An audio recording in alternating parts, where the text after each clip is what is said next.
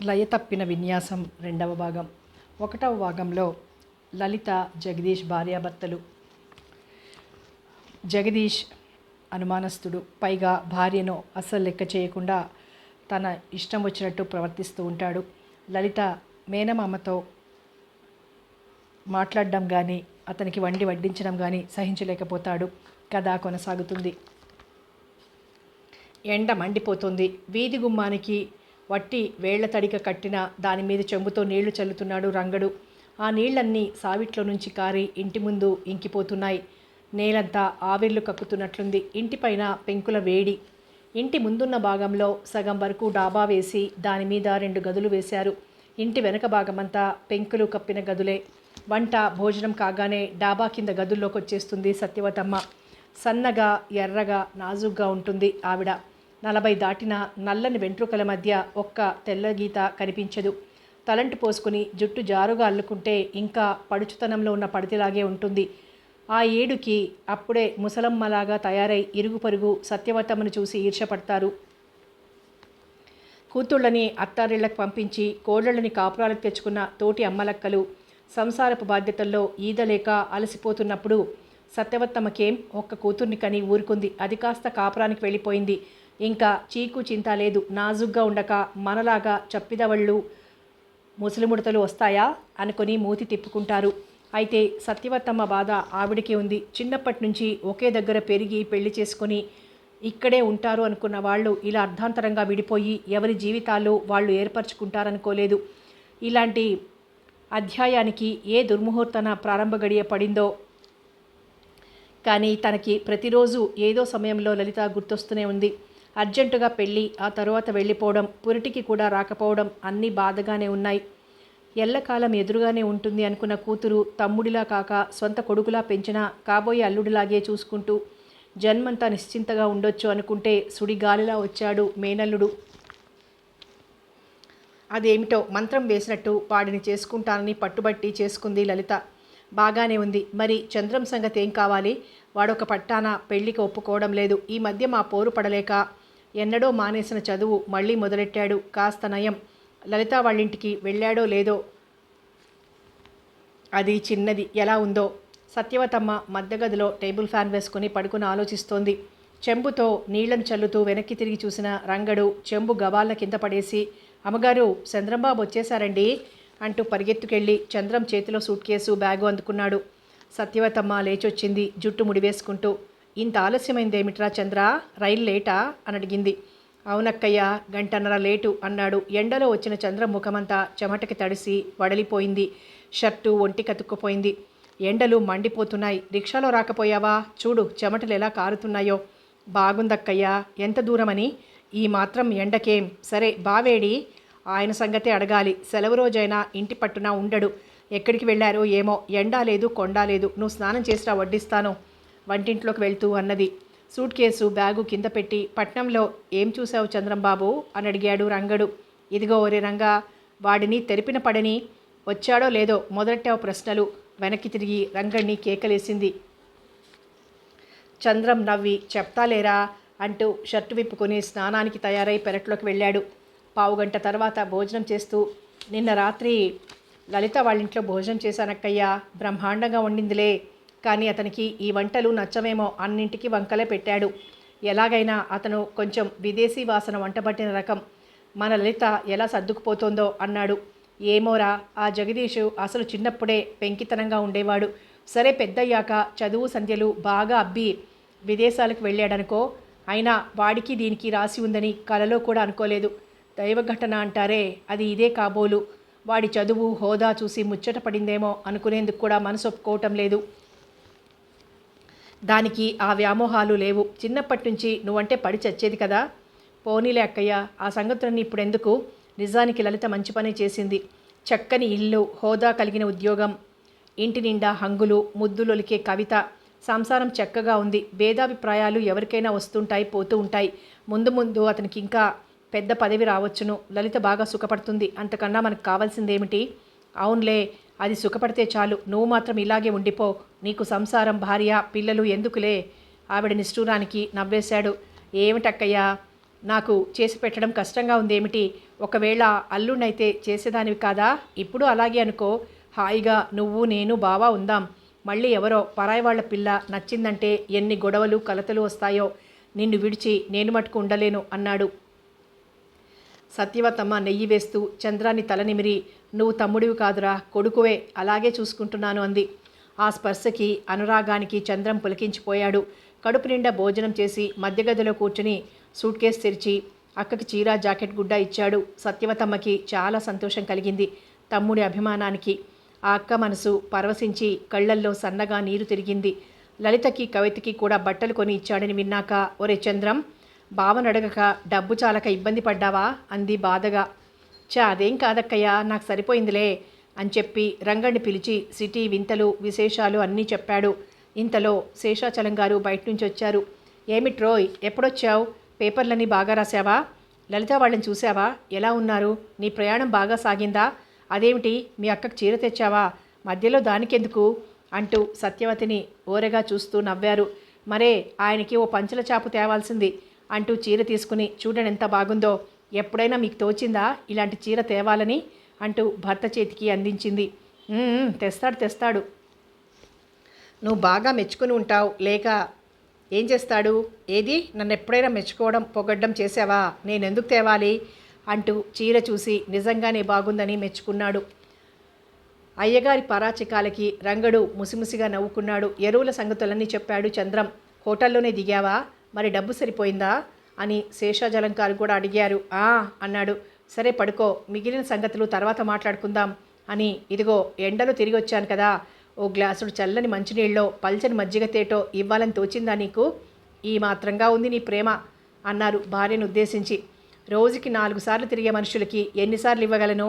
అయినా సెలవు కదా, ఇంటి పట్టున పడి ఉండక ఎండలో తిరగడం ఎందుకో అంటూ లేచింది. సెలవైతే పనులుండవటే. ఎంత కోఆపరేటివ్ స్టోర్స్ అయినా సెక్రటరీగా నాకుండే పరపతి నాకుందేవు. ఎన్ని విషయాలు మాట్లాడుకోవాలో నీకేం తెలుసు? ఇంటికన్నా ఏ ఆఫీసరు అయితే హాయిగా ఉండేది. కళ్ళజోడుల నుంచే కనుబొమ్మలు ఎగిరేసి తన బాధ్యత ఎంతటిదో చెప్పాడు. సంబరమే అని లోపలికి వెళ్ళిపోయింది. చూసేవరా చంద్రం, నేను ఓ పెద్ద ఆఫీసర్ని కాలేదని మీ అక్క నిరసన. పోనీలే, నా మాటకేం కానీ నువ్వు ఆ ఇంటర్ పాస్ అయి బీఏకి కట్టు, ఉద్యోగం చేస్తే మీ అక్క మెచ్చుకుంటుంది అన్నారు చిన్నగా నవ్వుతూ. మామూలుగా అన్నమాట అయినా అప్పటికే చంద్రంలో సాగుతున్న ఊహలకి ఆలోచనలకి కుదుళ్ళు కట్టి నీరు పోసినట్లయింది. దానికి తోడు రంగడు కూడా, అవును చంద్రం బాబు, అల్లుడు గోరులాగా మీరు కూడా పెద్ద ఉద్యోగం చెయ్యాలా నా సామిరంగా? అప్పుడు నేను మీ కాడ ప్యూన్ అయిపోయి పట్నంలోనే ఉండిపోతాను అన్నాడు చంకలు కొట్టుకున్నంత పనిచేసి. ఏడిసా విధవ, నువ్వు పెళ్లి చేసుకో ఏమిటి ఇంకా? నీ ముసలి తల్లిదండ్రులు ఏం చేస్తావు? చాలే కానీ వెళ్ళి నీ పని చూసుకో అని కసిరారు శేషాచలం గారు. చంద్రం మేడ మీదకి వెళ్ళి గదిలో తన మంచం మీద పడుకున్నాడు. బావ, రంగడు అన్న మాటలే వినిపిస్తున్నాయి. ఇదివరలో లలిత కూడా తనని చదువుకోమని ప్రోత్సహించేది. అప్పట్లో తను పట్టించుకోలేదు. కానీ తన జీవితంలో అనుకోని మార్పు రాగానే తల గిర్రున తిరిగి గమనం ఆగిపోయింది. ఎందుకు ఇలా జరిగింది? ఏమై ఉంటుంది కారణం అని గింజుకుంటే స్పష్టంగా తెలుస్తున్నది ఒకే ఒక్క నిజం. ఇంతకాలం లలిత తనని అమాయకంగా ప్రేమించి తనే సర్వస్వమని వెర్రిగా నమ్మింది. ఒక్కసారి మెరుపు మెరిసినట్టు జగదీష్ ఫారెన్ నుంచి చదువు పూర్తి చేసుకుని రాగానే లలిత కళ్ళు చెదిరాయి. ఇంటర్మీడియట్ నైనా పూర్తి చెయ్యని పిచ్చి మామయ్యని పెళ్ళాడి ఏం సుఖపడాలి? చక్కగా భావం చేసుకుంటే పెద్ద జాబ్, సిటీ లైఫ్, కావాల్సినంత ఎంజాయ్మెంట్. అందుకే పెళ్లి ముహూర్తాలు పెట్టుకునే సమయానికి లలిత బుద్ధి మారిపోయి ఆ ముహూర్తానికి జగదీష్ని చేసుకుంటానని పట్టుబట్టింది. తను నమ్మలేకపోయాడు. కళ నిజమా అన్నంత ఆశ్చర్యం కలిగింది. నిలదీసి అడిగితే, ప్లీజ్ మావయ్య, నన్ను ఇంకేం అడగకు. నీకు నా మీద ప్రేమ ఉంటే ఈ పెళ్లి జరిపించు. నేను కలకాలం నవ్వుతూ బ్రతకాలంటే మనస్ఫూర్తిగా మమ్మల్ని దీవించు. నిన్ను కాదంటున్నందుకు నన్ను క్షమించు మామయ్య, నన్ను క్షమించు అంటూ కాళ్ళు పట్టుకుంది. ఆ పరిస్థితిలో లలిత కోరిక తీర్చడం తప్ప చేయగలిగిందేం లేకపోయింది. అక్కా బావ కూడా ఆ పెళ్లికి సుతారాము ఒప్పుకోకపోతే తనే వాళ్లను ఒప్పించాల్సి వచ్చింది. మరి లలిత ఎందుకు ఇలా చేసింది? ఏమై ఉంటుంది కారణం? ధన వ్యామోహం, లేని మాట నిజమే. ఇన్నేళ్ల సహచర్యంలో ఎప్పుడూ ధనం పట్ల కోరిక వ్యక్తం చేయలేదు. నిండు ప్రేమని చూపిందే తప్ప ఏదీ కావాలని కూడా కోరలేదు. అందుచేత డబ్బుకు ఆశపడిందేమో అనుకోవడానికి వీల్లేదు. అప్పుడప్పుడు తనని చదువుకోమని అడిగి అందుకు ప్రోత్సహించేది. అయితే భర్త చదువుకుని ఆఫీసర్ కావాలని మనసులో ఉండేదేమో. అందుకనే జగదీష్ని చూడగానే లలితకి మనసు మారి ఉంటుంది. పరువైన మేనబావ ఫారెన్ నుంచి వచ్చాడు. పట్నవాసంలో పెద్ద ఉద్యోగం చేస్తాడు. స్త్రీ కోరికలన్నింటికీ కేంద్ర బిందువులా ఉన్నాడు జగదీష్. తనని కాదని అతను చేసుకుందుకు తగినంత కారణం ఉంది. అందుకని లలిత పరాయిదైపోయింది. తనకి ఊహ తెలిసినప్పటి నుంచి లలితనే ఆధారంగా తన జీవిత ఆశయాలను అల్లుకుంటున్నాడు. ఆమె తన ప్రేమమూర్తి, తనకి కాబోయే ఇల్లాలు. చెయ్యి చెయ్యి కలిపి అడుగులు అడుగు వేసి తన పుటల్లో చివరి అక్షరం వరకు నిలిచి ఉండే రాగధార అనుకున్నాడు. తన ప్రతి ఊహలో లలితకి స్థానం ఉంది. తన లక్ష్యాలకి లలితే ఆయువు పట్టు. తన జీవన స్రవంతిలో ఆమె అనురాగమే అలలు. లలిత లేని చంద్రం లేడు. ఇవన్నీ ఒకనాటి తన మధురోహలు. ఈనాడు అవన్నీ చెదిరిపోయిన కలలు. అందుకే తను మళ్ళీ ఇంటర్మీడియట్ పరీక్షలకి కూర్చున్నాడు. బావ చెప్పకపోయినా తను BA చదువుతాడు, MA పూర్తి చేస్తాడు. ఇంకా ఇంకా తన బ్రతుకంతా విజ్ఞానార్జనకే ధారపోస్తాడు. లలిత మనసులో తన పట్ల ఉన్న చిన్న చూపును రూపుమాపుకుంటాడు. చంద్రం వెల్లకిలా పడుకుని తలగడ క్రింద 2 చేతులు పెట్టి చిద్విలాసంగా నవ్వుకున్నాడు. వర్షాకాలం ప్రారంభమైంది. గ్రీష్మ తాపాన్ని అలసిపోయిన వసుధ తొలకరి జల్లులు పడగానే సేద తీర్చినట్టుగా లలితకి కొన్నాళ్లు మనశ్శాంతిగా ఉండే అవకాశం కలిగింది. జగదీష్ ఆఫీస్ పని మీద బొంబాయి వెళ్ళాడు. తాత్కాలికమే అయినా కాస్త ఊపిరి పీల్చుకోవడానికి వీలవుతోంది. ఏమిటిది, భర్త ఊరికి వెళ్తే హమ్మయ్యా అని సంతోషానికి అవసరం తనకి కలుగునని ఎన్నడూ అనుకోలేదు. ఉదయం నుంచి మబ్బుతెరలు కమ్ముకొస్తుండగా మత్తుగా బద్ధకంగా ముడుచుకున్నది ప్రకృతి. సన్నసన్నగా అప్పుడప్పుడు జ్ఞాపకం వస్తున్నట్లు వాన చినుకులు పడుతున్నాయి. కిటికీకి ఉన్న అద్దాల మీద దారంలో అక్కడక్కడ ఉత్యాల్లాగా నీటి బిందువులు నిలిచి ఉన్నాయి. తలగడాలను ఆనుకొని కూర్చుంది లలిత. కాఫీ తాగదు. ఆ దృశ్యాన్ని తదేకంగా చూస్తోంది. వాన కురిశాక స్నానం చేసి తడిచీరలో నిల్చున్న పడుచు పిల్లలాగా ఉంది ప్రకృతి. ఎంత అందంగా ఉంది. ఇలాంటి దృశ్యాలు ఎన్నెన్ని చూసింది కదూ. అవన్నీ చంద్రం తోడుగా ఉంటే చెరిసగం పంచుకున్నట్టు ఆ అనుభూతి, ఆ ఆనందం మళ్ళీ రావు. సన్నగా హాయిగా సాగుతున్న పాట అకస్మాత్తుగా గొంతు పొరబోయి పాట వరుస తప్పినట్టు తన జీవితం ఒకచోట ఆగిపోయిందని, ఇంకా మళ్ళీ సవ్యంగా సాగే యోగం లేకుండా పోయింది. మామయ్య లాంటి వ్యక్తిని అపశృతి పలికిన తన జీవితాన్ని సరిదిద్దమని అడిగే ధైర్యం లేకపోయింది. చిన్నప్పటి నుంచి అతని అభిరుచులు, ఆదర్శాలు తనకి బాగా తెలుసు. అందుకే తను మామయ్యని పెళ్లి చేసుకుని అతని జీవితాన్ని మలినపరచలేకపోయింది. ఒకవేళ మామయ్య తనని క్షమించి ఉంటే ఇప్పుడు ఈ ఏకాంతం ఎంత కమ్మగా. నిద్రపోతున్న పాప ఉలిక్కిపడినట్లు కెవ్వున కేకవేసి ఏడుస్తూ లేచి కూర్చుంది. లలిత చేతిలో కాఫీ గ్లాసు తొణికి కొద్దిగా కాఫీ రంగు మీద పడింది. గ్లాసు పక్కన పెట్టి, కవి ఏమ్మా ఎందుకు అంటూ పాపనందుకుంది. భుజం మీద వేసుకుని బుజ్జగిస్తూ, కవి ఈ అమ్మ మనసు పక్కదారులు తొక్కుతోంది కదూ. నీ సమక్షంలో నేను తలుచుకోవలసిన తలపులేనా ఇవి అనుకుంటూ కృంగిపోయింది లలిత. బయట వరండాలోకి వచ్చింది జిమ్మి. తోకాడించి గబగబా అట్నుంచి ఇటు ఇట్నుంచి అటు తిరిగింది. దానికి 2 రోజుల నుంచి అయ్యగారి దర్శనం లేదు. ఇప్పుడేమో వాన. నాని కానీ పాప కానీ కనిపించలేదు. అందుకే పాప ఏడ్పు విని చూడగానే సంతోషం వ్యక్తం చేస్తోంది. అరే నీకింకా పాలు బిస్కెట్లు పెట్టలేదు కదూ.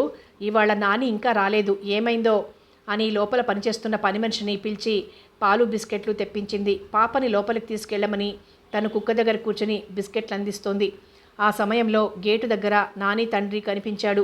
లోపలికి వెళ్ళబోతున్న పని మనిషి ఆగి వెళ్ళి గేటు తీసింది.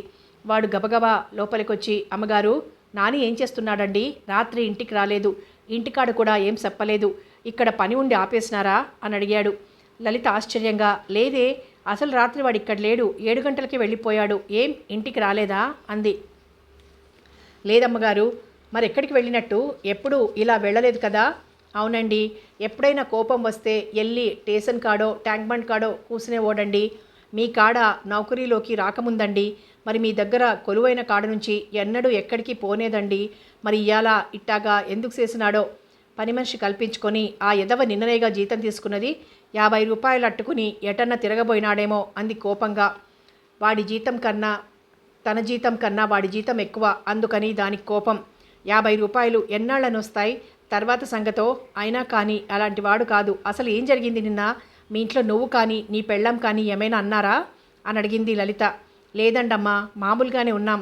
పొద్దుటేళ మాత్రం ఆడి తల్లి విషయం మాట్లాడుకున్నాం. అది ఊరు వచ్చిందని మారుమన ఓడితో నాంపల్లి కాడ దిగిందని మా పక్కనుండే రావులమ్మ చెప్పింది, అంతేనండి అన్నాడు. లలిత సాలోచనగా తల పంకించి, నువ్వు వెళ్ళి ఆ నాంపల్లి దగ్గర అక్కడ వెతుకు, బహుశా వాడు అక్కడే ఉండుంటాడు అంది. ఏమోనండి, ఎర్రి సన్నాసి, అసలు చిన్ననాడే తల్లిని చూడనోడు ఎట్టా గుర్తుపట్టాడండి? ఏడున్నాడో ఏటో, వత్తానమ్మ అంటూ దండం పెట్టి వెళ్ళిపోయాడు. అదో ఏసం, అయ్యగారు ఇంటికాడ ఎటూ లేరు కదా అని తిరగబోయాడు ఎదవ, పని తప్పించుకున్నాడు అంటూ ఈసడించి లోపలికి వెళ్ళిపోయింది పని మనిషి. లలిత బిస్కెట్లన్నీ కుక్క ముందు పడేసి ప్లేట్లో పాలు పోసి లేచి వెళ్ళి పక్కనున్న ఈజీ చైర్లో కూర్చుంది.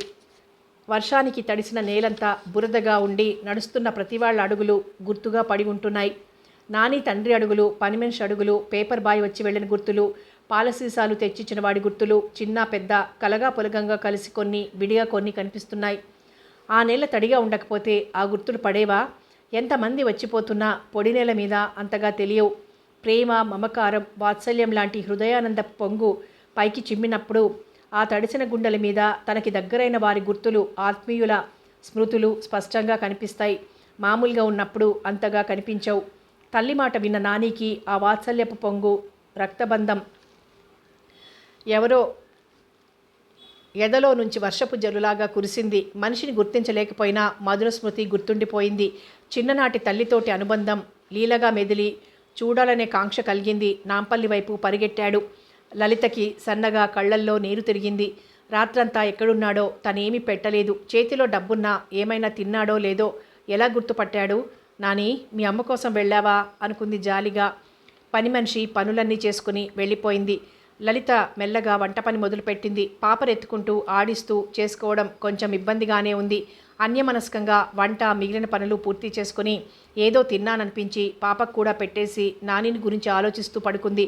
మబ్బు తెరలు తొలగి ఎండ పొడ వచ్చింది. మగతగా నిద్ర పడుతున్న సమయంలో పోస్ట్మ్యాన్ పిలిచాడు. వెళ్ళి ఉత్తరాలు తెచ్చింది. 2 ఉత్తరాలు జగదీష్కి. సాధారణంగా అతని ఉత్తరాలన్నీ ఆఫీస్ అడ్రస్కే వస్తాయి.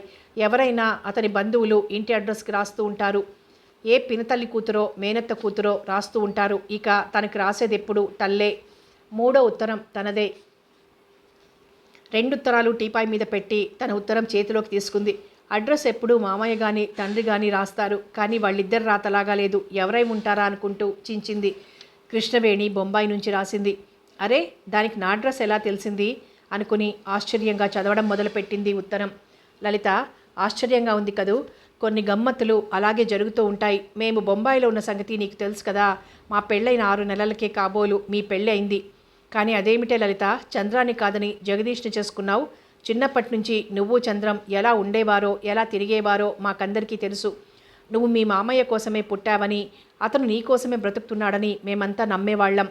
ఆడపిల్లలమంతా స్కూల్కెడితే ఎర్రని ఎండలో చెట్టు నీడలో నిల్చొని వెకిలి కూతలు, బూతుహాస్యాలు మాట్లాడే గంగారావుడి కొడుకు నిన్ను మటుకు పల్లెత్తు మాట అనేవాడు కాదు. మీ చంద్రం మామయ్య నీ మీద ఈగ వాలితే చంపి పారేసేవాడు. అందుకని రౌడీ వెధవలెవ్వరూ నీ జోలికొచ్చేవారు కాదు. నువ్వు చంద్రం భార్యవని, నీ భర్త చంద్రమేనని మన ఊళ్ళో ఉన్న చెట్లకి, పుట్లకి, కోవెలకి, చెరువుకి, పెద్ద మనుషులకి, అంటే మర్యాదస్తులకి, రౌడీ వెధవలకి కూడా తెలుసును. ఇక దానికి తిరుగులేదు. కానీ అందరినీ దిమ్మ తిరగొట్టేలా జగదీష్ని చేసుకున్నావట. లలిత, నిన్ను నేను తప్పు పట్టడం లేదు. విదేశాలకు వెళ్ళి చదువుకొని పెద్ద ఫ్యాక్టరీలో ఉద్యోగం సంపాదించి హోదాగా, దర్జాగా, ఏ బాదరా బందీలు లేని నీ మేనత్త కొడుకుని చూసి చంద్రంతో బేరీజు వేసుకుని జగదీష్నే ఎన్నుకున్నావు. మంచిదే. కానీ పై మెరుగులు చూసి మోసపోయావు లలిత. నీ సెలక్షన్ అంత మంచిది కాదు. జగదీషు ఒక విలాస పురుషుడట. ఆడవాళ్లతో అతనికి ఉన్న సంబంధాలు, వాళ్ల పట్ల అతనికి ఉన్న అభిప్రాయం అంత గౌరవించదగ్గవి కాదుట. ఇంతకీ మీ వారు, మా వారు బీఎస్సీ వరకు కలిసి చదువుకున్న ప్రాణ స్నేహితులు. మా వారు బీఎస్సీతో ఆపేసి బ్యాంక్లో జాబు సంపాదించుకున్నారు. మీ వారు ఎంఎస్సీ ఫార్మసీ అయి తర్వాత విదేశాలు వెళ్ళారు. మొన్న మీ వారు ఇక్కడ మా వారికి కనిపించి కుశల ప్రశ్నలు వేసుకున్నాక నీ సంగతి చెప్పారు. నాకు ముందు నమ్మబుద్ధి కాలేదు. కానీ తప్పలేదు. మాకు హైదరాబాద్కి ట్రాన్స్ఫర్ అయింది. వచ్చే నెలలో వస్తున్నాం. మీ వారు మీకు దగ్గరలో మాకు ఇల్లు చూస్తారని హామీ ఇచ్చారు. కనుక మిగతా విషయాలు నీ సమక్షంలోనే. నేను నిన్ను చనువుగా అన్న మాటలకి, మీ వారిపై రాసిన రాతలకి అన్యదా భావించకు. స్నేహధర్మంతో మన్నిస్తామని ఆశిస్తూ నీ కృష్ణవేణి. ఉత్తరం చేతిలోనే ఉంది. లలిత కళ్ళ నుంచి నీళ్ల చుక్కలు టపటపా రాలిపడుతున్నాయి. అవును, నేను మిమ్మల్ని అందరినీ దిమ్మ తిరిగిపోయేలాగా చేశాను. కానీ పై మెరుగులు చూసి మోసపోలేదు. ఆయన ఉద్యోగాన్ని చూసి డబ్బును చూసి ఆశపడలేదు. నా బాధ మీకు తెలియదు కృష్ణవేణి. నేను ఇప్పుడేమీ చెప్పలేను. ఎందుకంటే జగదీష్ నా భర్త. ఆయనలో ఎన్ని దుర్గుణాలు ఉన్నా మీరంతా ఎత్తి చూపినా నేను స్వయంగా చెప్పి వారిని మీ ముందు దోషిగా నిలబెట్టలేను అని గొణుక్కుంది. ఇంతలో పాప హాల్లో టీపాయ్ మీద పడేసుకుని కెవ్వు నరిచింది. గబగబా పరిగెత్తింది లలిత. టీపాయ్ మీద ఉన్న పేపర్ వెయిటు, ఫ్లవర్ వాజు టీపాయ్తో సహా పాప మీద పడ్డాయి. నుదురు చిట్లి రక్తం వస్తుంది. అవన్నీ తీసేసి పాపనెత్తుకుని గబగబా బాత్రూంలోకి వెళ్ళి రక్తం కడిగి తుడిచి పౌడర్ అద్దింది. పాప గోలగా ఏడుస్తోంది. రక్తం కట్టలేదు. మందులేవో రాసినా రక్తం ఆగటం లేదు. పాప ఏడుపు తారస్థాయిలో ఉంది. ఎత్తుకుని వరండాలోకి వచ్చింది. జిమ్మీ లేచి అరుస్తోంది. పక్కింటి వాళ్ళ అబ్బాయి కాలేజీ నుంచి అప్పుడే వస్తున్నాడు. చూడు గోపాల్, ఒకసారి ఇట్రా అని పిలిచి సంగతి చెప్పింది లలిత. వెంటనే ఆ అబ్బాయి, ఆటో తెస్తాను, మీరు తాళం వేసిరండి, ఆసుపత్రికి వెళ్దాం అన్నాడు. హడావిడిగా తాళం నొక్కి పాపం తీసుకుని దగ్గరలో ఉన్న ఆసుపత్రికి వెళ్ళింది లలిత. పాప ఏడుపు వల్ల మిగతా పేషెంట్లను ఆపి పాపను చూసి 2 కుట్లు వేసి ప్లాస్టర్ అంటించాక, కూర్చోండి లలిత, జగదీష్ ఇంకా రాలేదా అన్నాడు డాక్టర్ గోపీనాథ్. లలిత ఉలిక్కిపడి చూసింది. తన పేరు ఎలా తెలుసు? చిన్నగా నవ్వాడు. మీరు పార్టీలకి చాలా తక్కువగా వచ్చినా మాకు చాలా గుర్తు. ఒకసారి మీరు వస్తారని అర్జెంట్ కేసులన్నీ వదిలేసుకొని చాలా యాంగ్జియస్గా వెళ్ళాను పార్టీకి, కానీ మీరు రాలేదు. ఆ రోజు మీకు ఒంట్లో బాగులేదనో లేక తలనొప్పిగా ఉందని కాబోలు చెప్పారు జగదీష్. మేమంతా చాలా డిసప్పాయింట్ అయ్యాం. మేమెప్పుడూ చెప్తూనే ఉంటాం, పార్టీ అరేంజ్ చేస్తే ఇక మీదట హోటల్స్లోనూ క్లబ్స్లోనూ కాకుండా ఒక్కొక్కరి ఇంట్లో చెయ్యాలని. జగదీష్ ఎప్పుడొస్తాడు? మీరు ఒకసారి మా ఇంటికి రాకూడదు? మీకు ఎప్పుడు వీలుంటుందో చెప్పండి, నేను వచ్చి తీసుకెళ్తాను. స్టెథోస్కోప్ మడిచి టేబుల్ మీద పెట్టి లలిత వైపు కొద్దిగా వంగాడు. కంగారుగా లేచి నుంచుని, నాకెప్పుడు వీలుగా ఉండదండి, ఏవో పనులుంటాయి. మీరేమైనా మాట్లాడదలుచుకుంటే వారు వచ్చాక మాట్లాడండి, వారు బహుశా 4 రోజుల్లో వస్తారు అనేసి పాపనెత్తుకుంది. ఆగండి, మందులు ఇస్తాను. ఇదిగో ఈ టాబ్లెట్లు 2 వేసి చొప్పున 3 గంటలకు ఒకసారి వెయ్యండి. తర్వాత ఈ ఇంజెక్షన్ ఇస్తాను, మరొక ఇంజెక్షన్ సాయంత్రం ఇస్తాను. అది ఇక్కడ లేదు, మీరు తెప్పించి తీసుకురండి, లేదా సాయంకాలం నేనే వచ్చిస్తానంటూ కొన్ని టాబ్లెట్లు, ఇంజెక్షన్ పేరు రాసి ఒక ఇంజెక్షన్ చేశాడు. లలిత లేచింది. ఇంకా ఏదో మాట్లాడబోయాడు గోపీనాథ్. అవతల పేషెంట్లలో అసహనం ఎక్కువైపోతోంది.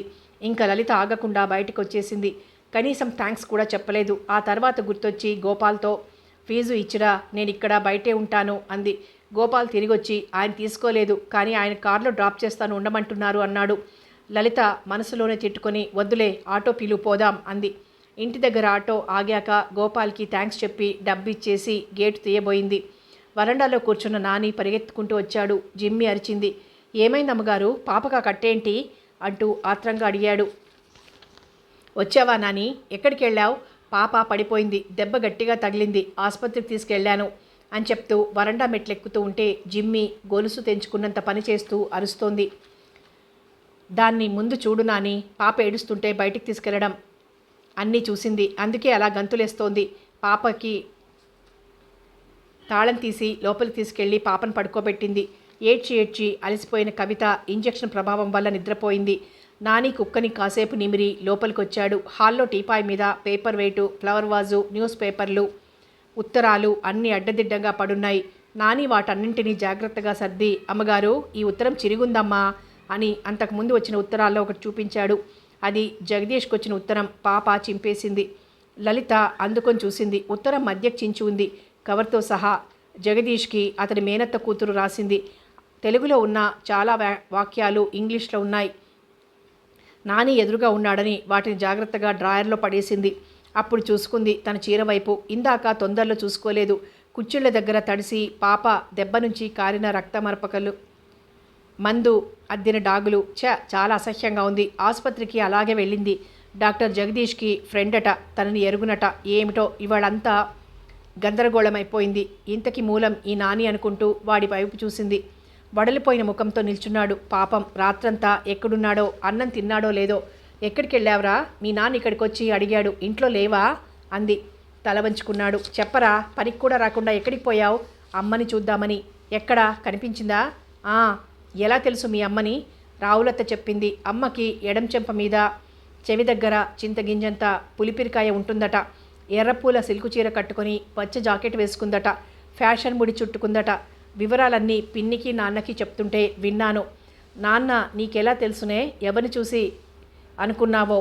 ఆరెళ్ళిపోయి 14 ఏళ్ళు దాటిపోయాయని కసిరికొట్టాడు రావులత్తని. కానీ అత్త చెప్పింది అమ్మ నడుస్తున్నప్పుడు కుడి చెయ్యి ఊపుతూ ఎడం పక్కన వంగినట్టు నడుస్తుందట. తనకు ఆ నడక బాగా గుర్తేనని చెప్పి కసిరింది నాన్న దగ్గర. అవన్నీ ఉన్న మనిషి కోసం వెతుక్కుంటూ వెళ్ళావా నాని? మీ అమ్మే అనుకున్నాక మరి మాట్లాడావా? లేదు. అదేం? ఏమో మాట్లాడాలనిపించలేదు. అదేమట్రా? అసలు ఎక్కడ చూశావు? రావులత్త చెప్పింది ఆమెకు షోకుల మీద షికార్ల మీద మోజులు ఎక్కువని. అందుకే కూలి చేసుకునే నాన్నని వదిలేసి ఫ్యాక్టరీలో పనిచేసే మల్లేష్ని మనవాడి వెళ్ళిపోయిందని చెప్పింది. అందుకని నిన్న రాత్రి బస్తీలో దుకాణాల దగ్గర హోటళ్ల చౌరస్తాలో చాలా చోట్ల తిరిగాను. ఇదివరలో నారాయణగూడలో ఉండేదట. అందుకని ఇవాళ పొద్దున అక్కడున్న గుడిసెల దగ్గర ఆ చుట్టుపక్కల తిరగగలిగినంత వరకు తిరిగానండి. చివరికి దవాఖాన కాడ కనబడింది. ఎర్రపూల సిల్కు చీర, పచ్చ జాకెట్, ఎత్తుముడి, ఓ పక్కగా వంగి నడుస్తున్న మనిషిని గుర్తుపట్టాను. అమ్మే. లలిత కళ్ళు వెడల్పు చేసి చూసింది. మరెందుకు పలకరించలేదురా? నాని తల తిప్పి పక్కకి చూస్తూ, లేదు, అమ్మ పక్కన ఓ అమ్మాయి ఉంది, ఒక అబ్బాయి ఉన్నాడు. చంటి పిల్లాన్ని ఎత్తుకుంది, వాణ్ణి ముద్దెట్టుకుంటోంది. మిగిలిన ఇద్దరిని దగ్గరికి తీసుకుని పల్లీలు కొనిచ్చింది. ఆమె పక్కన నించున్న మగాడితో ఈ పిల్లల కోసమే మళ్ళీ కొలువు సంపాదించు అంటోంది. నాకెందుకో దగ్గరికెళ్ళి పలకరించాలనిపించలేదు. చూశాను, వాళ్ళు అక్కడి నుంచి కదిలి వెళ్ళిపోయే వరకు చూశాను. వెనక్కి తిరిగి వచ్చేశాను అన్నాడు. మరి నిన్న రాత్రి ఇవాళ పొద్దున అన్నం తిన్నావా? లేదు, టీ తాగి డబల్ రొట్టె తిన్నాను. జీతం నీ దగ్గరే ఉందా? అవును, ఇదిగో. జేబులో నుంచి తీసి లెక్క పెట్టి 49 రూపాయలు చిల్లర చూపించాడు. లలిత నానికి దగ్గరగా నడిచి వాడి తల మీద చెయ్యి వేసి నిమిరింది. నాని, ఇంత పెద్ద పట్నంలో మీ అమ్మను చూడాలని పరిగెత్తావు, కానీ అసలు ఎలా కనపడుతుందనుకున్నావు? నువ్వు ఎక్కువగా శ్రమపడటం దేవుడికి ఇష్టం లేదురా, అందుకే త్వరగా చూపించాడు. కానీ ఇంకా మర్చిపో. చూడు నాని, నేను మీ అమ్మనే అనుకోరా అంటుంటే లలిత కళ్ళ నుంచి జలజల నీళ్లు కారి వాడి తల మీద పడ్డాయి. నాని చటుక్కున వంగి లలిత పాదాలు తాకాడు. అదేం పనిరా? నాని కన్నీళ్లు తుడుచుకుంటూ అమ్మకి దండం పెట్టాను అన్నాడు. కన్నీళ్లతోటే నిండుగా నవ్వింది లలిత. డాక్టర్ రాసిచ్చిన ప్రిస్క్రిప్షన్లోని ఇంజెక్షన్ బాటిల్ తెప్పించింది లలిత. గోపీనాథ్ దగ్గరికి వెళ్ళడం ఇష్టం లేక నానితో కలిసి దగ్గరలో మరొక ఆసుపత్రికి వెళ్ళి సంగతి చెప్పి ఇంజెక్షన్ ఇప్పించింది. ఇంటికి తీసుకొచ్చాక రగ్గు కప్పి జాగ్రత్తగా పడుకోబెట్టింది. నాని తన పనులన్నీ చేస్తున్నాడు. 1-2 గంటలు గడిచాక యథాలాపంగా పాపం చూసింది లలిత. పాప చెమటతో తడిసి కాళ్ళు చేతులు చల్లబడి ఇంచుమించు అపస్మారక స్థితిలో ఊపిరి ఉండి లేనట్టుగా ఉంది. కవి! లలిత అరుపుకి గది దద్దరిల్లిపోయింది. బయట ఉన్న నాని, లోపల ఉన్న పని మనిషి చేతుల్లో పనులు వదిలేసి పరిగెత్తుకొచ్చారు. కవి, నా తల్లి, ఏమిటలా ఉన్నావు? ఏమైందమ్మా అని ఏడుస్తోంది లలిత. పని మనిషి పాపని అటు ఇటు కదిపి శ్వాస చూస్తోంది. నాని కంగారు పడుతూ, డాక్టర్ దగ్గరికి తీసుకెళ్దాం పదండమ్మగారు అన్నాడు. లలిత పాపనెత్తుకునే స్థితిలో కూడా లేదు. పని మనిషే ఎత్తుకుంది. ఇంతలో లలిత అరుపులు ఏడుపులు విని పక్కింటి వాళ్ళు వచ్చారు. అందరూ తలో రకంగా చెప్పారు. వాతం అన్నారు, ఇంజెక్షన్ రియాక్షన్ అన్నారు, మీ వారికి ట్రంకాల్ చేయండి అన్నారు. గోపాల్ వెంటనే డైరెక్టరీ చూసి డాక్టర్ గోపీనాథ్కి ఫోన్ చేసి విషయం చెప్పాడు.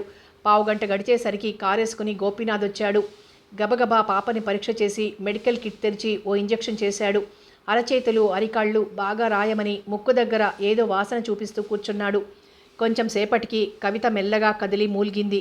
లలిత ఆత్రంగా వంగి, అమ్మా కవి అని పిలిచేసరికి కళ్ళు మెల్లగా విప్పి చూసింది.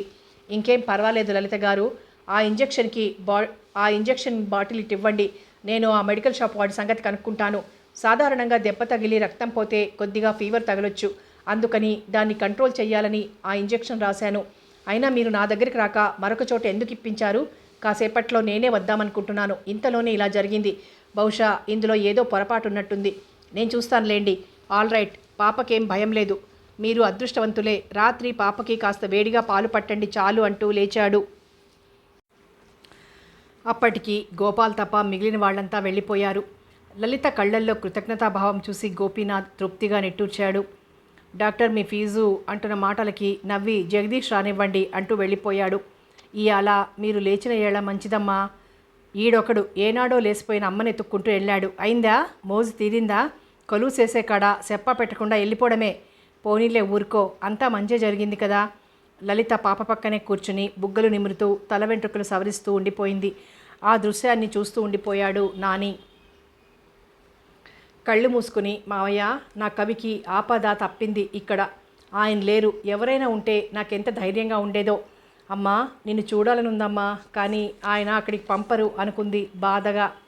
4 రోజుల తర్వాత తెల్లవారకుండా వచ్చాడు జగదీష్. లలిత వెళ్ళి గేటు తీసింది.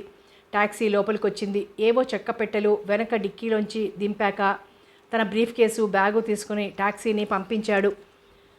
ఇంతసేపు జిమ్మి తోకాడిస్తూనే మధ్య మధ్య అరుస్తోంది. దాన్ని ఒకసారి తల మీద దువ్వి బ్రీఫ్ కేసు, బ్యాగు లోపలికి తీసుకొచ్చాడు. హలో లల్లి, ఎలా ఉన్నావు? నవ్వాడు. బాగానే ఉన్నాను. ముందు మీరు ముఖం కడుక్కోండి. పేస్ట్ పెట్టి ఇచ్చింది బ్రష్ మీద. తర్వాత తువ్వాలు, కాఫీ అందించాక నెమ్మదిగా చెప్పింది పాప సంగతంతా. కనుబొమ్మలు ముడిచి, మరి ఆ ఇంజెక్షన్ బాటిల్లో ఏ పొరపాటుందో తెలిసిందా అని అడిగాడు. లేదు, మీరు కనుక్కోండి డాక్టర్ని. రాస్కెల్స్, ఈ మెడికల్ షాప్ వాళ్ళకి పొగరు ఎక్కువైంది. కళ్ళు మూసుకుని ఇచ్చేస్తారు. ఎన్ని వార్నింగులు ఇచ్చినా టైం అయిపోయాక కూడా నిర్లక్ష్యంగానే ఇస్తారు. లైసెన్స్లు ఊడబీకినా మళ్ళీ ఆ డ్రగ్స్ ఇన్స్పెక్టర్నే పట్టుకుని తెప్పించుకుంటారు. వెధవలు అందరూ అందరే అని చెడామడా తిట్టాడు. ఆ తర్వాత లేచి వెళ్ళి పాప పడుకుని ఉండగానే చూసి బయటకొచ్చాడు. లలిత టిఫిన్ చేసే ప్రయత్నంలో ఉంది. జగదీష్ ఫోన్ ఎత్తి గోపీనాథ్ని పలకరించాడు. సరిగ్గా నాని అప్పుడే వచ్చాడు. వస్తూనే చెక్కపెట్టెలన్నీ లోపలికి చేరవేసి అయ్యగారికి నమస్కారం చేసి వెళ్ళాడు.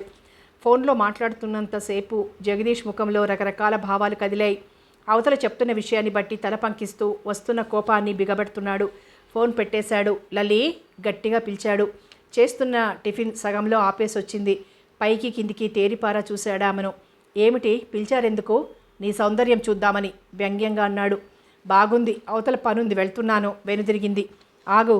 ఆగి చూసి, ఏమిటి? పని మనిషి వింటుంది. ఏమైంది అన్నది భర్తను వింతగా చూస్తూ.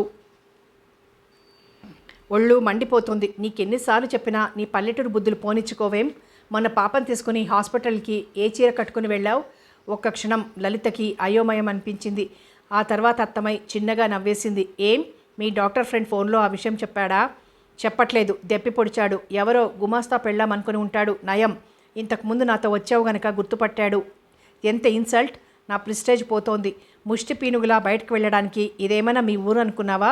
నేను మీ చంద్రం మామయ్యను అనుకున్నావా? మాటి మాటికి వాళ్ల పేర్లు ఎందుకు తీసుకొస్తారు? మా ఊళ్ళో వాళ్ళు బయటకు వెళ్తే ముష్టి పీనుగుల్లా వెళ్తారని ఎవరు చెప్పారు?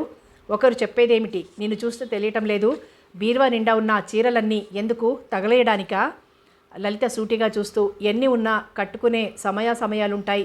ఆనంద సమయాల్లో, ఆపద సమయాల్లో ఎలా ఒకటే ఉంటాయి? ఆపద సమయాల్లో కంగారుగా ఉన్నప్పుడు మేకప్ చేసుకునేంత తీరిక ఉండదు సరికదా. అసలు ఏ చీర కట్టుకున్నామన్న గుర్తు కూడా ఉండదు. నేను ఎక్కడికి పేరంటానికి, పెళ్లికి, పార్టీలకి వెళ్ళలేదు. అనుకోకుండా పాపకు దెబ్బ తగిలింది. ఇంట్లో ఎవరూ లేరు. సమయానికి వాళ్ళ గోపాల్ వస్తే ఉన్నపాట్న ఆసుపత్రికి తీసుకెళ్లాను. అసలు అక్కడ ఉన్నప్పుడు ఆ డాక్టర్ అని కూడా నాకు తెలియదు. నేను చీర సింగారించుకుని వెళ్ళాలని తోచనే లేదు. అయినా డాక్టర్ అన్నవాడు పేషెంట్ని చూడాలి కానీ వచ్చిన వాళ్ళ అందాన్ని, మేకప్ని చూస్తారని నేను అనుకోలేదు అంది నిరసనగా. నోర్మయ్, బయలుదేరావు పెద్ద నీతులు చెప్పడానికి. ఎప్పుడూ పెంకి జవాబులు చెప్పడమే. అసలు ఇంట్లో ఎవరు లేకపోవడమేమిటి? ఆ రోజు ఆ విధవనాన్ని ఎందుకు రాలేదు?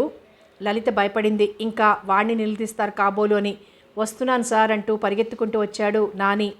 అయ్యగారితో పాటు హాల్లోకి వెళ్ళాడు. లలిత లోపలికి వెళ్ళింది. ఏరా, పాపకి దెబ్బ తగిలిన రోజు నువ్వేం చేస్తున్నావు? సార్, నేను ఆ రోజు పొద్దున్న పనిలోకి రాలేదు సార్. అదే, ఏమైంది? నాని ఒక్కసారి అయ్యగారి వైపు చూసి తల వంచుకున్నాడు. ఏరా రాస్కెల్, చెప్పవేమ్రా, ఏం రోగం వచ్చింది? ఎందుకు రాలేదు? ఒకవేళ పాపకేమైనా జరుగుంటే నిన్ను పనికి పెట్టుకున్నది ఎందుకు? అరే ఈడియట్, మాట్లాడవేరా అంటూనే కోర్టు స్టాండ్కి వేలాడుతున్న బెల్ట్ అందుకున్నాడు. సార్, వాడు బెదిరిపోయాడు. అవునరా, నువ్వు నా సంగతి ఎరగవు అంటూ ఈడ్చి ఒక్కటిచ్చాడు. అమ్మా నరిచాడు నాని. వంటింట్లో సగంలో వదిలేసిన టిఫిన్ మళ్ళీ మొదలెట్టబోయిన లలిత చప్పున స్టవ్ ఆర్పేసి హాల్లోకి వచ్చింది. చెప్పరా? జగదీష్ చేతిలో బెల్టు నాని ఒంటి మీద నాట్యమాడుతోంది. వాడు తాళలేకపోతున్నాడు. ఏమండి ఆగండి, ఏమిటిది? అయ్యో, వాడు చచ్చిపోతాడండి. లలిత వారుస్తున్న కొలది జగదీష్ చచ్చిపోతున్నాడు. పాప లేచొచ్చింది కానీ నాని అరుపులకి ఏడ్పు మొదలుపెట్టింది. అవతల వరండాలో జిమ్మి అరుస్తోంది. పని మనిషి వచ్చింది. ఇంకా లలిత ఆగలేదు. గబగబా వెళ్ళి నానిని బయటికి తోసి జగదీష్ ఎదురుగా నిలబడింది. 2-3 దెబ్బలు లలితకి తగిలాయి. పెదవులు బిగబట్టి నొప్పిని భరించింది. లలి, లే, నువ్వు అడ్డురాకు, ఇవాళ వాడి అంతు తేలుస్తాను అంటూ విసురుగా బయటికి వెళ్ళబోయాడు. గబాల్న భర్తని వెనక నుంచి వాటేసుకుని పట్టుకుని బెల్టు లాగేసింది. అనుకోని సంఘటనకి ఒక్క క్షణం నిలబడిపోయి ఆ తర్వాత అసలు నిన్ను కొట్టాల్సింది అంటూ పళ్ళు బిగించుకున్నాడు.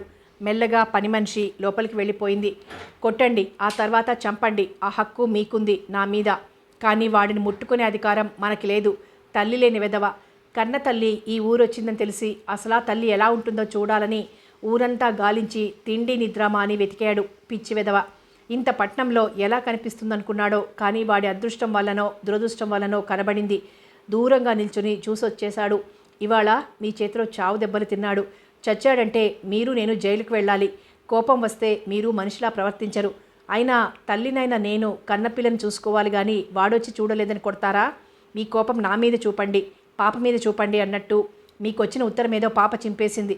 ఆ డ్రాయర్లో పడేశాను, పాపను ఏం చేస్తారో మీ ఇష్టం అనేసి ఏడుస్తున్న పాపని చూడకుండా వంటింట్లోకి వెళ్ళిపోయింది లలిత.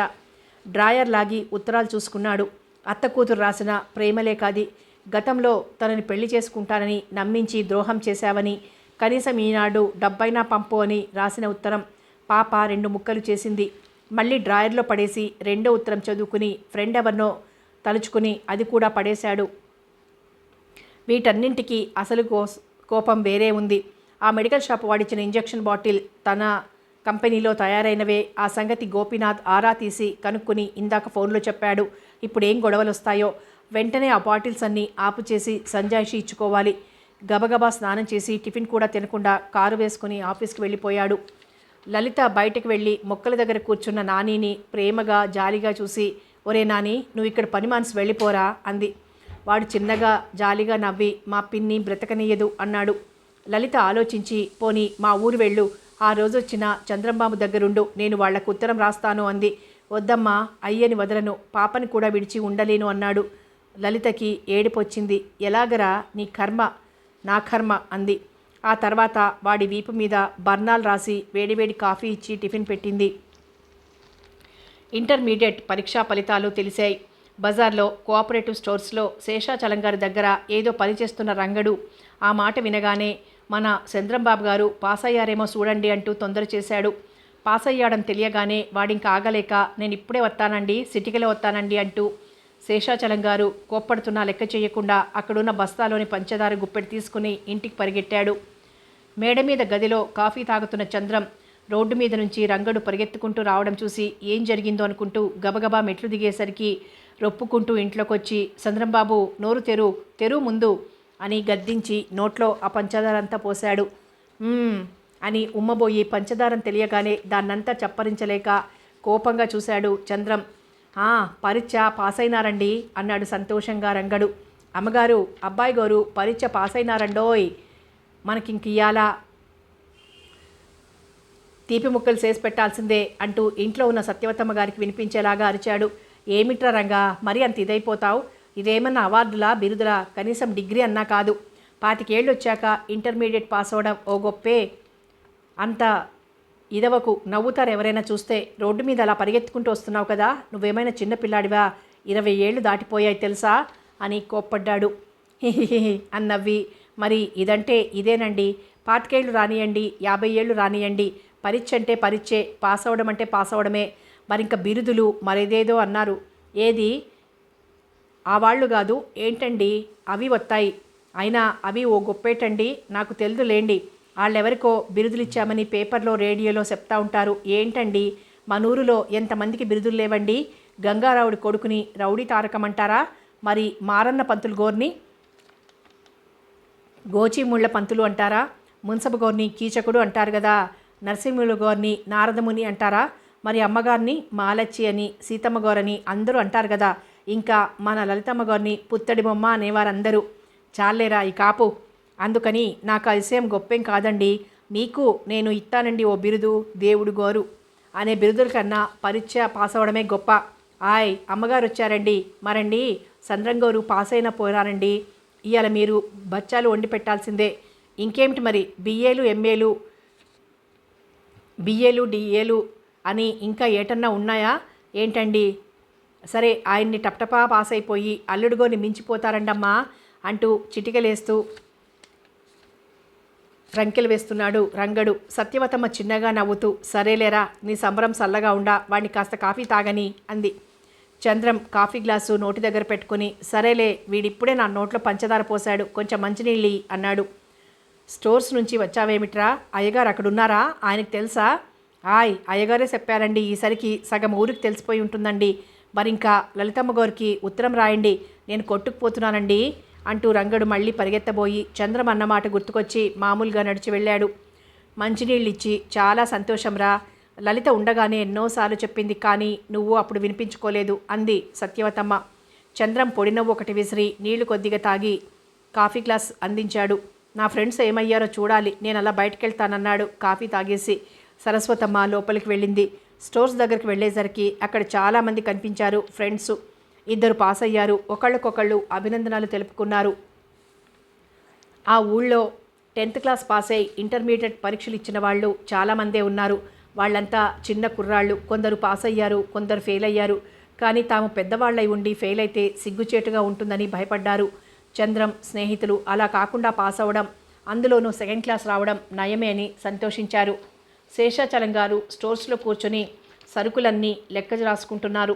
చంద్రాన్ని పలకరించి మళ్ళీ పనిలో ఉండిపోయారు. కొట్టుకు చాలామంది వచ్చిపోతున్నారు. రంగడు అందరికీ తూకం వేసి పొట్టాలు కట్టిస్తున్నాడు వస్తువులు. చంద్రం, అతని స్నేహితులు, ఇంకా కొంతమంది స్టూడెంట్సు ఎదురుగా ఉన్న కాఫీ విలాస్లోకి చేరారు. కబుర్లు, కేరింతలు, నవ్వులు, కప్పులు, సాసర్లు, గుమగుమ వాసనలు. హోటల్ చాలా సందడిగా ఉంది. చంద్రానికి ఆ సమయంలో తన సంతోషం లలితతో పంచుకోవాలనిపించింది. కానీ మళ్ళీ సిగ్గుపడ్డాడు. ఇంతోటి ఇంటర్ పాస్ అవ్వడమే తనకి ఆనందం కలిగిస్తుంటే ఫారిన్ వెళ్ళొచ్చిన జగదీష్ని లలిత కోరుకోవడంలో తప్పు లేదు అనిపించింది. ఏవండి చంద్రం గారు, బాగున్నారా అంటూ 4 ప్లేట్లు ఇడ్లీ పార్సల్ అని సర్వర్కి చెప్పాడు నారాయణరావు. చంద్రం నవ్వి బాగున్నాయన్నాడు. ఏమిటో ఇవాళ హోటల్ అంతా చాలా నిండుగా ఉంది, పరీక్షలు తెలిసినట్టున్నాయి అంటూ సర్వర్ పొట్లాలు తెచ్చేదాకా ఏదో మాట్లాడుతూ, వస్తానండి, ఇంటికి చుట్టాలొచ్చారు, వాళ్లకే ఇవి, రేపు మా పెద్దాడికి పుట్టు వెంట్రుకలు, అక్షరాభ్యాసం, ఇంటికి వచ్చి పిలుస్తాంలేండి, వస్తా మరి అంటూ వెళ్ళిపోయాడు. 2-3 గంటలు హోటల్ మహా బిజీగా ఉంది. ఆ తర్వాత ఎవరిళ్ళకి వాళ్ళు వెళ్ళిపోయారు. చంద్రం ఇంటికి వచ్చి బట్టలు మార్చుకుని మేడ మీదికి వెళ్ళాడు. షర్టు విప్పుకుంటూ కిటికీ దగ్గర నిలబడితే రోడ్డు చివర నారాయణరావు భార్య సుమతి ఎవరితోటో మాట్లాడుతూ కనిపించింది. చంద్రం పక్కకు జరిగిపోయాడు. ఒక్కొక్క మనిషిని చూస్తే ఇష్టం అనిపించదు. మనకి సంబంధం లేకపోయినా సరే అంతర్గతంగా వాళ్ళ మీద ఏర్పరచుకున్న అసహ్యం, నిరసన అలా కనిపిస్తాయి. సుమతి అంటే చంద్రానికి మంచి అభిప్రాయం లేదు. ఎప్పుడైనా అమ్మాయి లలిత కోసం వచ్చేది. అప్పుడు చంద్రం ఎందుకో విసుక్కోవడం, కోపం తెచ్చుకోవడం జరుగుతూ ఉండేది. ఒకసారి లలిత కారణం చెప్పమని అడిగితే చంద్రం తన మనసులో ఉన్నది ఉన్నట్టు చెప్పాడు. అప్పుడు లలిత చాలా దీర్ఘంగా ఆలోచిస్తూ ఉండిపోయింది. ఆ తర్వాత నుంచి చంద్రం ఎదురుగా లలిత సుమతితో మాట్లాడలేదు. చంద్రం షర్టు విప్పుకొని పంచె కట్టుకొని కిటికీ వైపు కూడా చూడకుండా క్రిందికి దిగొచ్చాడు. కానీ తన జీవితంలో ఆనాటి మాటే అడ్డుపడి లలితను తనని విడదీయటానికి కారణమైందని, అవుతుందేమో అని ఊహించలేకపోయాడు. ఉదయం 10 గంటలు దాటిన తర్వాత పనంతా తీరి ఏ నవలో చదువుకుందామనుకుంటుంది లలిత. ఇదివరకు అలాగే చేసేది. ఏకాంతంగా నిశ్శబ్దంలో కూర్చుని ఏదైనా చదువుతూ ఉంటే మనస్సుకి శాంతిగా ఉంటుంది. ఇరుగు పొరుగు ఇళ్లకు వెళ్ళడం, షాపింగులకు వెళ్ళడం, నలుగురిని తమ ఇంటికి పిలవడం, ఇలాంటి కార్యక్రమాలు లలితకి పడవు. కానీ ఈ మధ్య ఇంట్లో ఒంటరిగా కూర్చునేందుకు భయం వేస్తోంది. డాక్టర్ గోపీనాథ్ 1-2 సార్లు పని ఉన్నట్లు వచ్చాడు. పాపకి దెబ్బ తగిలిన రోజు నుంచి అతనికి ఆ ఇంటికి దూరం తగ్గిపోయింది. నాని పాపరెత్తుకొని నిలబడ్డా కూడా లలితకి అతని ఎదురుగా కూర్చొని మాట్లాడడం చిరాగ్గా ఉంటుంది. అయినా తనకి అతనికి ఏముంటాయి కబుర్లు. జగదీష్కు చెప్తే విని విననట్టు ఊరుకున్నాడు. వారం రోజులైంది అతను వచ్చి. మళ్ళీ వస్తాడేమో అనుకోగానే లలితకు ఇంట్లో ఉండబుద్ధి కాలేదు. కృష్ణవేణి వాళ్ళింటికి వెళ్దామనుకుంది. వాళ్ళు ఈ ఊరు వచ్చి వారం దాటింది. వాళ్ళు వచ్చి వెళ్ళారు, కానీ తనే వాళ్ళింటికి వెళ్ళలేదు. ఇవాళ వెళ్ళాలి అనుకుంది లలిత. బీరువా తీసి చూసింది. నైలెక్స్లు, షిఫాన్ సిల్క్లు, బిన్నీ జార్జెట్లు. అబ్బబ్బా, కట్టుకుని విసిగెత్తిపోయాను. నిండుగా పెద్ద అంచుతో ఉన్న కాటన్ చీర అయితే బాగుండును. ఆయన అలాంటివి కొనరు. తనెప్పుడో పుట్టింటి నుంచి తెచ్చుకున్నవి తప్ప లేవు. అవేమో పాతబడిపోయాయి అనుకుంటూ అడుగు అరలో చూసింది. చంద్రం కొనిచ్చిన చీర ప్యాకెట్లోనే ఉండిపోయింది. గబాల్న దాన్ని బయటికి తీసింది. పెద్దంచుతో ఉన్న గంధం రంగు వెంకటగిరి చీర. ఇన్నాళ్ల నుంచి దాని సంగతే మర్చిపోయినందుకు నొచ్చుకొని, నన్ను క్షమించు మామయ్య అనుకుంది కళ్ళు మూసుకొని. నీకెంత గుర్తు, ఒకసారి పండగకి నేను అమ్మ చీర కట్టుకుని నగలన్నీ పెట్టుకున్నాను. అక్కడ నా చీర మీద గంధం ఒలికింది. ఇంటికొచ్చాక నువ్వన్నది నాకింకా జ్ఞాపకం ఉంది. తెలుగు ఇంటి ఆడపడుచంటే ఇలాగే ఉండాలి అన్నావు కదూ. అప్పుడు నేనేమన్నాను? ఈ చీర ఈ రంగులో కంటే పూర్తిగా ఈ గంధం రంగులో ఉంటే బాగుండును అన్నాను. పెళ్ళికి కొంటాలే అన్నావు. పెళ్ళయింది, కానీ నీతో కాదు. అయినా ఆనాటి నా కోరికని గుర్తుంచుకుని తెచ్చావి ఈ చీర. ఆయనకేం తెలుసు? నలిపేసి ఈ అరలో కుక్కారనుకుంటూ ఒకసారి దాన్ని ఐరన్ చేసి కట్టుకుంది. నానిని పిలిచి, నేను మొన్న మన ఇంటికి వచ్చిన అమ్మగారింటికి వెళ్ళొస్తాను, పాపనివ్వు, నువ్వు ఇక్కడే ఉండు అని పాపకి కొత్త గౌను వేసి ఇంటికి తాళం పెట్టి బయలుదేరింది. నాని గేటు వరండాలో కూర్చున్నాడు. ఆటోలో 4-5 సందులు తిరిగాక ఇక లాభం లేదని ఆటో దిగి డబ్బిచ్చి పంపించేసింది. పాలబూతున్న లైటు స్తంభం దగ్గర సందులో ఎడం చేతి వైపున 4వ ఇల్లు ఎర్రగన్నేరు చెట్టుంటుందని ఆనవాళ్లు చెప్పింది కృష్ణవేణి. అసలు బజార్లో పాలబూతున్న లైటు స్తంభం లేనే లేదు. 10 సార్లు ఆ చుట్టుపక్కలంతా వెతికింది లలిత. అదొక చిన్న కాలనీ, అన్ని దగ్గరగా ఉన్న క్వార్టర్సు. వరండాల్లో నుంచి కిటికీలోంచి కొందరు ఆడవాళ్లు తొంగి చూస్తున్నారు. రోడ్డు మీద వెళ్లే అమ్మాయిలిద్దరూ ఆ చీర ఎంత బాగుందో అని కామెంట్ చేసుకుంటున్నారు. సైకిల్ మీద స్పీడ్గా వెళ్తున్న కుర్రవెదవ ఒకడు సన్నగా ఈల వేస్తూ పక్క నుండి దూసుకుంటూ పోయాడు. అసలే ఎండ, చేతిలో కవిత, ఇల్లు దొరకని విసుగు. లలితకి దుఃఖం వచ్చినట్టే అయింది. ఇంతలో ఒక ఆవిడ వస్తూ లలితని చీరని ముచ్చటగా చూస్తూ, ఎవరింటికమ్మా? ఇందాక ఇటు వెళ్ళావు, మళ్ళీ వస్తున్నావు అని అడిగింది. అవునండి, కేశవరావు గారి ఇల్లు కావాలండి. మొన్నని ఈ మధ్యనే బొంబాయి నుండి వచ్చారు. బ్యాంక్లో పని ఆఫీసర్ గారే. పాలబూతు దగ్గర ఉన్న లైటు స్తంభమట. ఆ సందులో ఎడం చేతి వైపు 4వ ఇల్లు ఎర్రగన్నేరు చెట్టు ఉంటుందట. అసలు ఇక్కడ పాలబూతు దగ్గర లైటు స్తంభం ఏదండి అని అడిగింది. ఆవిడ నవ్వి, లైటు స్తంభం అంటే టెలిగ్రాఫ్ స్తంభమేనమ్మా. అదిగో ఆ స్తంభం దగ్గర సందే, వెళ్ళమ్మా, గన్నేరు చెట్టు ఇల్లు కనిపిస్తుంది అంది. అలాగా అనుకుని చాలా థ్యాంక్స్ అండి అంటూ గబగబా ముందుకు నడిచి సందు తిరిగింది. గన్నేరు చెట్టున్న ఇల్లు చూసి హమ్మయ్య అనుకుంది. కృష్ణవేణి తలుపు తీశాక, అమ్మ తల్లి, మీ ఇంటి కోసం ఎంత వెతికానో అని ఒగర్చుకుంటూ లోపలికి వెళ్ళింది. అదేమిటే, నేను గుర్తులు చెప్పాను కదా? కృష్ణవేణి ఆశ్చర్యంగా అడిగింది. చెప్పావు. లైట్ స్తంభం అని చెప్తే టెలిగ్రాఫ్ స్తంభం అనుకోనా? చచ్చినా లైట్ స్తంభం దొరకలేదు. ఆవిడెవరో చెప్తే వచ్చాను అంది లలిత పాపని సరిచేసుకుంటూ. కృష్ణవేణి నవ్వింది. నీ తెలివి తెల్లారినట్టే ఉంది. మరీ అంత సూటిగా చూస్తారటే. 10 అడుగులు నడిస్తే అని చెప్తారనుకో. అంటే 10 అడుగులు నడిచేసి ఆగి చూడడమేనా లైట్ స్తంభం అని నేను చెప్పినా? పోనీ సందు తిరిగి చూడకూడదటే. ఇంత అమాయకురాలు కదా. పెళ్లి విషయంలో ఎలా తెగించావే? సరేలే, కాస్త ముందు మంచినీళ్ళు తాగు అంటూ చల్లటి నీళ్ళిచ్చి ఫ్యాన్ వేసింది.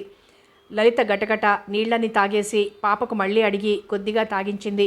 అక్కడున్న కుర్చీలో కూర్చుంది. అప్పుడు ఇల్లంతా పరకాయించింది. చిన్న ఇల్లు, కానీ ముద్దుగా ఉంది. తను కూర్చున్న కుర్చీ కాక మరో 4 కుర్చీలున్నాయి. టేబుల్ మీద ఒక బొమ్మ ఉంది. అది కొమ్ముతో చేసింది. 2 నెమళ్ళు, పక్కనే 2 చిన్న నెమళ్ళు, అన్నీ ఒక చెక్క మీద అతికించి ఉన్నాయి.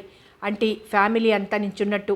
గోడకున్న క్యాలెండర్లో గీతా బోధ చేస్తున్న కృష్ణ భగవానుడు, వింటున్న అర్జునుడు, సంసారం అంటే అంతరార్థాన్ని గ్రహించమంటున్నట్లు 4-5 సీనరీలున్న ఫోటోలు, హృదయానందకరమైన ప్రకృతి దృశ్యాలు. టేబుల్ మీద ఒక పక్కగా టేబుల్ లైటు, ఆ లైటు చుట్టూ వీణ, తబలా, క్లార్నైట్ లాంటి సంగీత వాయిద్యాలు జీవనరాగం ఆలపిస్తున్నట్లు వాటి మధ్య జీవనజ్యోతిలా లైటు. గోడలకి లేత నీలిరంగు. మా ప్రేమ అనంతమైనది గనక ఈ నీలం రంగులా మా ఇంట్లో ఎప్పటికీ ప్రతిధ్వనిస్తుందని చెప్తున్నట్లు. ఏమిటే ఇంత చిన్న గదిని అంతలా చూస్తున్నావు? మీ ఇంటికంటేనా? మాదొక చిన్న బొమ్మరిల్లు అనుకోవే. అందులోనూ గుజ్జను గూళ్ళు ఆడుకుంటున్నాం మేం అంటూ నవ్వింది కృష్ణవేణి. ఎంత చక్కగా చెప్పావే. అంటే ఎప్పటికీ చిన్నపిల్లలే మీరు, మీకు ముసలితనం రాదు అవునా అని అడిగింది లలిత. శరీరానికి కాదు గాని మనసుకు అంతే అంటూ లేచి, రా మా బొమ్మరింట్లో మిగిలిన గదులు చూద్దు గాని లోపలికి నడిచింది కృష్ణవేణి. కవితనెత్తుకుని అనుసరించింది లలిత. 2వ గది కాస్త పెద్దగా ఉండి మధ్య నుంచి పెద్ద కర్టెన్ కట్టి ఉంది. దాని వెనకాల 2 పెద్ద మంచాలు, తెల్లని దుప్పట్లు, తలగడ గలేబులు ప్రేమ పవిత్రతని నిరూపిస్తున్నట్లున్నాయి. చిన్న స్టూల్ మీద రేడియో సెట్టు, గోడవారగా బీరువా, గోడలకి 2-3 ఫ్యామిలీ మెంబర్స్ ఉన్న ఫోటోలు, ఓ మూల చిన్న పుస్తకాల ర్యాకు, అందంగా అమర్చిన పుస్తకాలు. అన్నింటికన్నా ఆకర్షిస్తున్నది మంచాలకి దగ్గరలో ఉన్న చిన్నవి గుండ్రటి టేబుల్, దాని మీద చక్కని క్లాత్, అందమైన ఫ్లవర్ వాజ్, పక్కన ఫోటో కేసులో బిగించిన వాళ్ళ ఫోటోలు. ఆ ఫోటోలో ఓ అందమున్నది. మామూలుగా అందరూ తీయించుకున్నట్టు కాకుండా అతనేదో చెప్పబోతూ కొంటెగా చూస్తున్నట్లు. అది సిగ్గుపడి కన్నులు వాల్చుకున్నట్లుగా ఉంది. ఎంత బాగుంది వీళ్ళ టేస్టు అనుకుంది లలిత. స్టాండ్ ఉయ్యాల్లో బాబున్నాడు, వరండాలో టేబుల్ కుర్చీలు, డైనింగ్ హాల్ ఇదే కాబోలు అనుకుంది లలిత. వంటింట్లో గ్యాస్ స్టవ్, చిన్న అలమారు ఉంది, ఎక్కడి వస్తువులు అక్కడ పొందిగ్గా ఉన్నాయి. ఈ ఇంటికి 300 ఇస్తున్నాం, నీకు తెలుసు కదా, మీ వారే చూశారు. ఇంకా ఎక్కువ పెట్టొచ్చనుకో, కానీ మేము ప్రతి నెల మా అత్తగారికి డబ్బు పంపాలి. మరదలు చదువుతున్నారు, మామగారు రిటైర్ అయ్యారు, పెద్ద కొడుకుగా బాధ్యత మా మీదుంది కదా, అందుకని మేము చాలా వరకు ఖర్చులు తగ్గించుకుని జాగ్రత్తగా ఉంటాం. మొదట్లో 1 సంవత్సరం ఫ్యామిలీ ప్లానింగ్ కూడా అమలు జరిపాం. అవునే లలిత, నీకు పాప త్వరగా పుట్టినట్లుంది కదూ? అవును, అందుకే మాకన్నా వెనక పెళ్ళైనా మా బాబు కన్నా మీ పాప పెద్దదిగా ఉంది. అయ్యో పాప జోగుతోందే, పడుకోబెట్టు అని పక్క వేసింది కృష్ణవేణి. ఆ తర్వాత స్నేహితురాళ్ళిద్దరూ సెలయేటి గలగలలాగా చిన్ననాటి కబుర్లు చెప్పుకున్నారు. చపాతీలు చేసి పెట్టింది కృష్ణవేణి. మాకు బొంబాయిలో బాగా అలవాటే అంది. సాయంకాలం వారు రాగానే బాబుని తీసుకుని ఏ మార్కెట్కో, గార్డెన్కో, ట్యాంక్ బండ్కో పోతున్నాం. అక్కడ బొంబాయిలో అయితే రోజుకో చోటుకి వెళ్ళేవాళ్ళం అని కృష్ణవేణి చెప్తూ ఉంటే నాకు అలాంటి తీయని అనుభవాలు దొరకవు అనుకుంది లలిత. చాలాసేపు అయ్యాక, లలిత ఈ చీర బాగుందే, నువ్వు కొనుక్కున్నావా, మీ వారు కొన్నారా అంది పట్టుకొని చూస్తూ. లలిత చిన్నగా నిశ్వసించి, ఇద్దరము కాదు, మామయ్య మొన్న ఈ మధ్య ఇక్కడికి వచ్చారు, ఇంటర్ పరీక్షలు ఇచ్చాడు, అప్పుడు నాకు ఈ చీర, పాపకు ఆ గౌను కొనిచ్చాడు అంది. అలాగా, ఎలాగైనా మామయ్య సెలక్షన్ వేరు అని మెచ్చుకుంది కృష్ణవేణి. ఇంతలో కవిత లేచింది. ఇంక నేను వెళ్తానని లలిత లేచింది. వీధి చివరి వరకు కృష్ణవేణి వచ్చి సాగనంపింది. దారిన పోతున్న ఆటోని పిలిచి కూచుంది లలిత. కళ్ళల్లో కృష్ణవేణి వాళ్ళ ఇల్లు, తను చెప్పిన ముచ్చట్లు అవే తిరుగుతున్నాయి. తనకి ఉంది పెద్ద ఇల్లు, కావలసినంత డబ్బు, కానీ ఎక్కడో అపశృతి పలుకుతోంది. తనకంటూ కొన్ని సరదాలు, సంతోషాలు మిగల్చడు జగదీష్. అందరికీ పంచుదామంటూ డబ్బు దుర్వినియోగం చేస్తున్నాడు. పంచేవి కొన్ని మాత్రమే. భార్య అందాన్ని నలుగురికి చూపాలని, చేరువలో ఉన్న సుఖాన్ని అందించినంత వరకు ఆస్వాదిద్దామని దురాశ. అందుకే సంసారంలో సారం కనిపించడం లేదు, సాగరం అనిపిస్తోంది. అందులో మునిగిపోవడం తప్ప తేలడం ఉందో లేదో. కృష్ణవేణి సంసారం కుదురుగా, బుద్ధిగా, రాగయుక్తంగా పాడుతున్న పాటలాగా, లయతప్పిన విన్యాసంలాగా ఉంటే నాది అరిచి గొంతుకు చించుకున్నట్లు, పిచ్చిగంతులు వేస్తున్నట్టు ఉంది. ఏమిటో ఈ జీవితం అనుకుంది లలిత. ఆటో ఇంటి ముందు ఆగింది. నాని గేటు తీశాడు. డబ్బులిచ్చి లోపలికి రాగానే, అమ్మగారు, ఇందాక అయ్యగారు వచ్చి వెళ్ళారు, మీరు వెళ్ళాక 2 సార్లు ఫోన్ మోగింది, కానీ ఎలాగూ తాళం ఉంది కదా, అందుకని ఏం చేయలేకపోయాను. తర్వాత అయ్యగారే కారులో వచ్చి ఎక్కడికి వెళ్ళారని అడిగాడు. చెప్పాను. డూప్లికేట్ చెవితో తలుపు తెరిచి ఆ చెక్కపెట్టెల్లో మిగిలిన 2 తీసుకెళ్లారు అని చెప్పాడు. లలిత భారంగా నిట్టూర్చి పాపని బలవంతంగా నానికి అందించి తాళం తీసుకుని లోపలికి వెళ్ళింది. టైం 2 గంటలు దాటింది. అలాగే బెడ్ మీద వాలిపోయింది. కథ కొనసాగుతుంది.